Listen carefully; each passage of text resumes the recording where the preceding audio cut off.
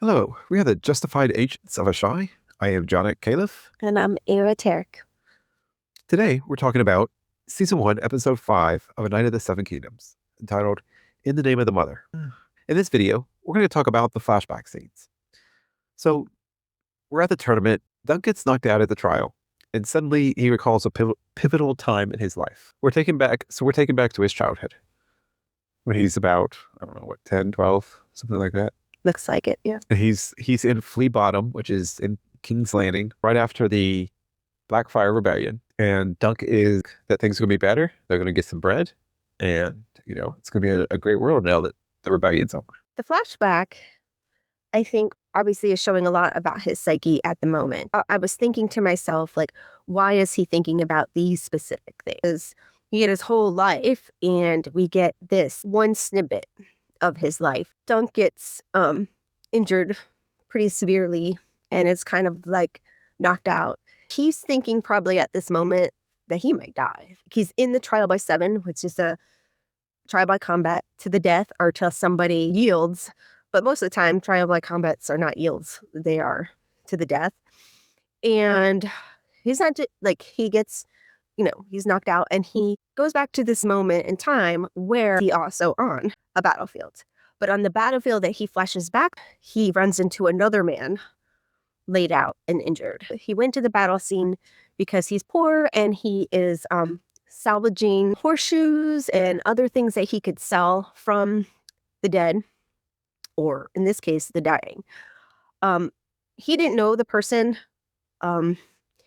was dying, but he thought that person was dead when he went to go, pillage his horse and items. But the guy was whispering or calling out for his mother. Well, mother. Yeah, you could be calling out for the mother of the seven. Could be God, or that he's calling out to. I'm thinking he's calling out for his mother because that's how he interpreted Duncan. Because Duncan's not religious, so he interpreted that as he was calling for his mother. And that was I feel like that hit him in a special way. Like, I feel like, oh my God, he makes a comment to his friend Rafe, which is a young girl similar in age to him. Maybe, I don't know. I think they're similar in age. So she's more mature and street smart, but they might be the same age. But he turns to his friend when they walk away from the battlefield. He's saying, I've never seen a man die like that before, to this moment, because he's thinking, I'm on a battlefield dying now. Well, I think that it's a version of the life flashing before your eyes. But since he wasn't dying, he was just knocked out. Mm-hmm. It's kind of like part of his life flashed before his eyes. But that part was like one of probably the most significant parts of his life. So he flashes back to the first person he saw dying, and it was on a battlefield. And he was like, that's not a good way to die. I've never seen anything like that before. It was so sad. Like, he was crying and he wanted his mother. In this scene, we learn that both Rafe and Duncan are orphans, and all they have is each other. I believe also Rafe is kind of like a motherly figure to him. So maybe in his injury, he's calling back to his mother. They're saving money so they can escape Flea Bottom because Rafe wants to go try to find a better life somewhere else. But Dunc is like, I don't want to leave because I'm afraid my mother might come back looking for me. His friend Rafe, who I think is functioning as the person taking care of him mentally and physically. I think one of the interesting things about when he encounters the soldier, the Frey, who is hurt under the horse, is that, like, he's startled that he's alive. Obviously, he thinks he's dead, but he's like, or how do I? He wants to, like, help him die. I mean, obviously, this guy's in pain. He wants to put him out of his misery. Mm-hmm. So, like, all he can think of is, like, suffocate him. Like, put his hand over his mouth, which also quiet him because, that was kind of disturbing. So he can't hear. He very clearly isn't familiar with what to do. Because this could be also exactly what he's feeling at the first time doing a combat like this himself. He was just out of his element, just like he's going through right now. And she keeps pointing out, it's kind of like in Game of Thrones, you know nothing, Jon Snow.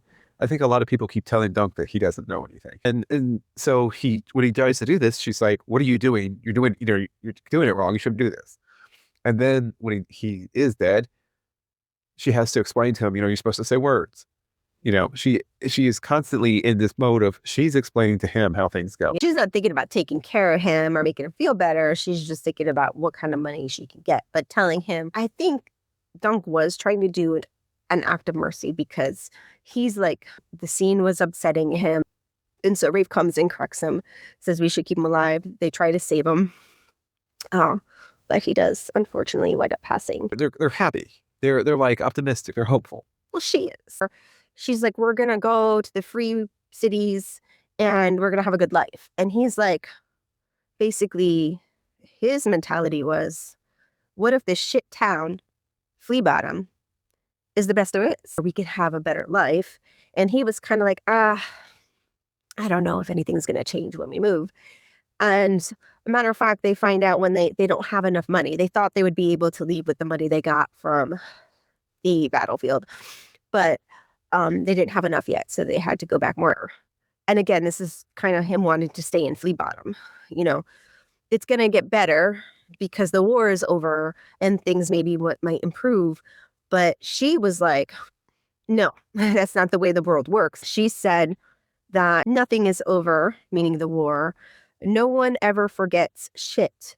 You hurt someone and they hurt you back. She talked about Flea Bottom, said that it is full of people just hurting, and it's a tinderbox waiting to catch fire. Yeah, but I feel like he's comfortable in it.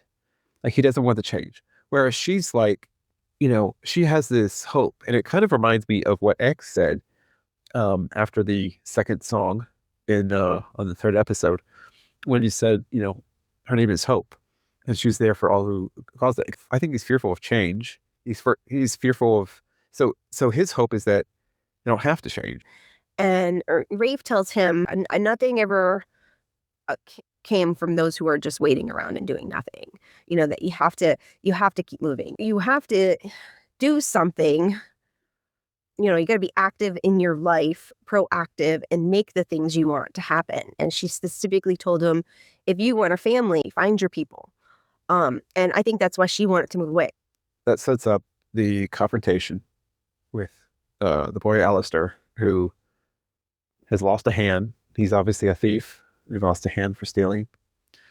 So, and when at first she antagonizes him by stealing his drinking skin. So when Alistair comes to get his skin back, she said she sold it. So he kind of like shook her down and found her wallet and was like, oh, you have way more money than an orphan from Flea Bottom should have.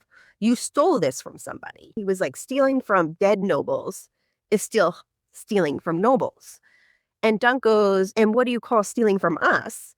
And he said, that's just called life. So to quote Monty Python, life's a piece of shit when you look at it. Always look on the bright side of life. The kind of, the dichotomy between the two characters here, Rafe and Dunc, and that Dunc is like, okay, this is terrible. This sucks, but you have to kind of accept it. And she's like, I'm not accepting anything. I'm going to even take his knife. He's still for me. I'm going to stay for him. Like she just can't leave it alone. Yeah. And that's all he wants to do is leave it alone. Before we move on to the next thing, I want to say something about that interaction between Duncan and in real life right now, he is where he's at because he hit a nobleman. But a nobleman's allowed to hit other people, but he's not allowed to hit noble people. And so that quote kind of brings you full circle. So now I could see kind of more why he was thinking about that at that point in time. What he's feeling at that exact moment, being knocked out on the ground, is here I am fighting for my life laying on the ground. And that's just the life of a poor orphan person.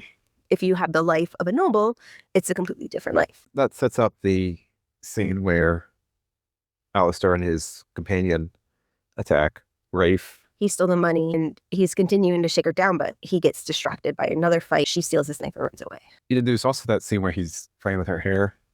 Just kind of implying that he might he could take her and rape her whenever he wants. And it's kind of that the bully thing of having the power and control over that, but she's not going to be a victim. Yeah, exactly. Like she took something from her. So she's now going to take something from him. He didn't do anything. He just stood there and they slit her throat right in front of him. And when they were like kind of like feeling her up, kind of like playing with her, he didn't step in and do anything. As a 10-year-old boy, seeing your best friend killed like that in front of you, he does probably carry that with him. Like if only something like this or something like that happened. Rafe has dark black curly hair, brown eyes, and darker color skin.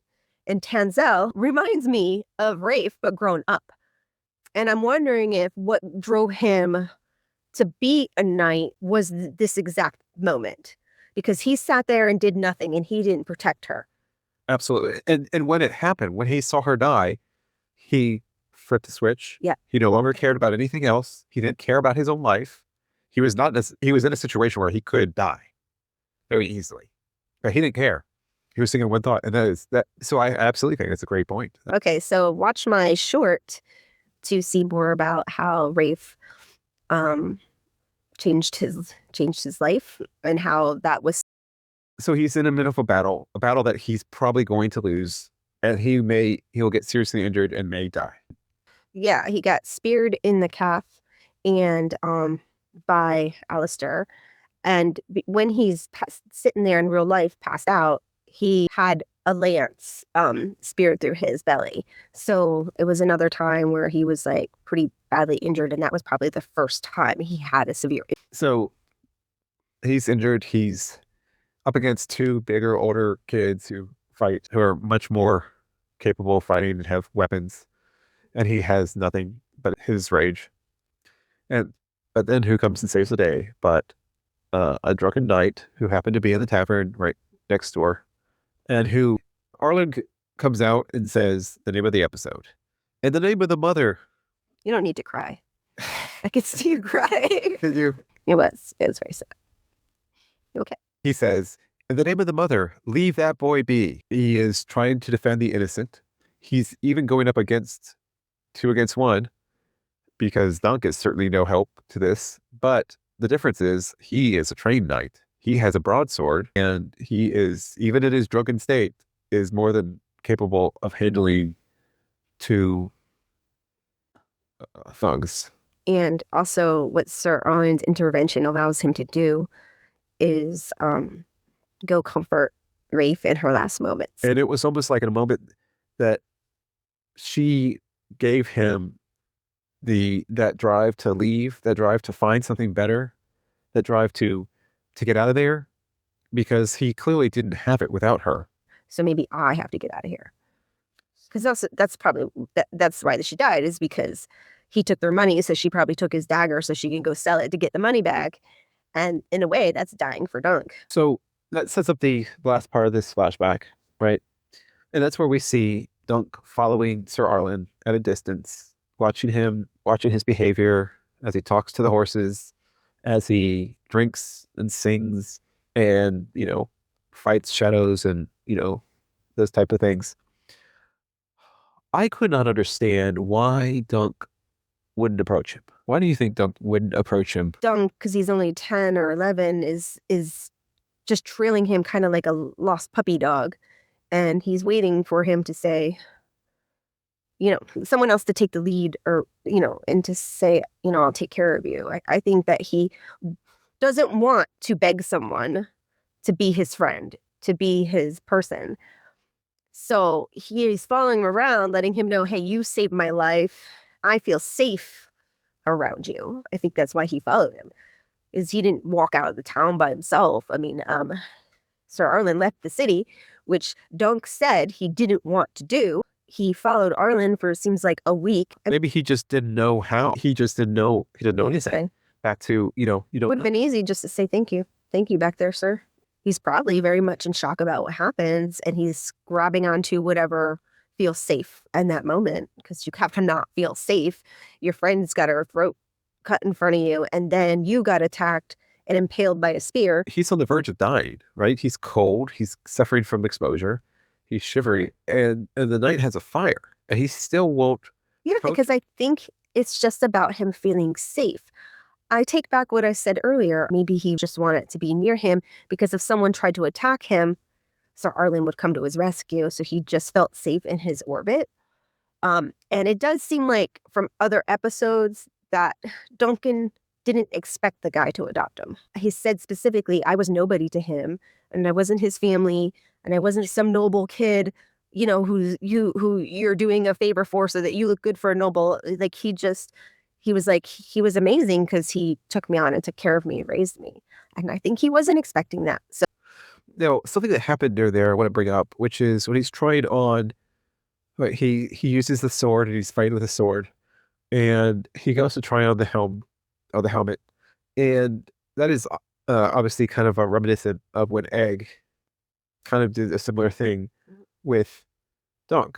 Now, the difference is that Egg actually tried on the stuff, yeah. which really bothered Dunc instead of stealing, whereas Dunc went to try it on, but it stopped. Egg just went for it.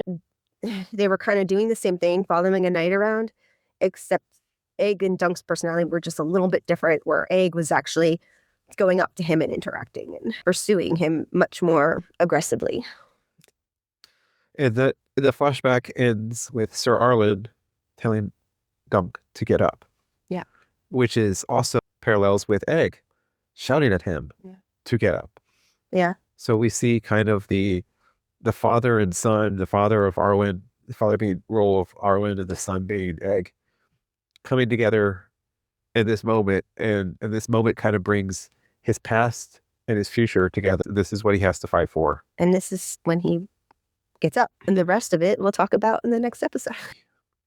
To see our thoughts on the rest of the episode, watch our videos, like, subscribe. We are the Justified Agents of Ashai. Thank you for watching.